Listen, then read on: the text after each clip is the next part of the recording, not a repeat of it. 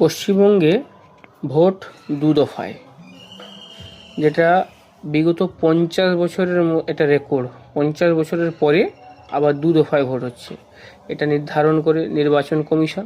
যে রাজ্যে ভোট সেই রাজ্যের আইন শৃঙ্খলার উপরে ডিপেন্ড করে দফা নির্ধারণ হয়।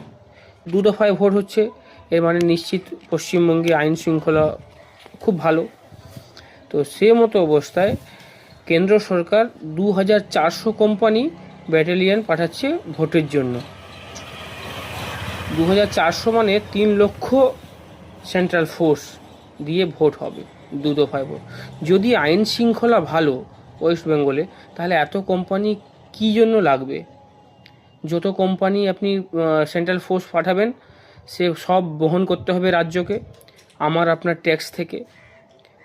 এবারে প্রশ্নটা এখানেই থেকে যাচ্ছে যে যদি আইন শৃঙ্খলা ভালো, দু দফায় ভোট করছেন আপনি, তাহলে এত কোম্পানির দরকার নেই।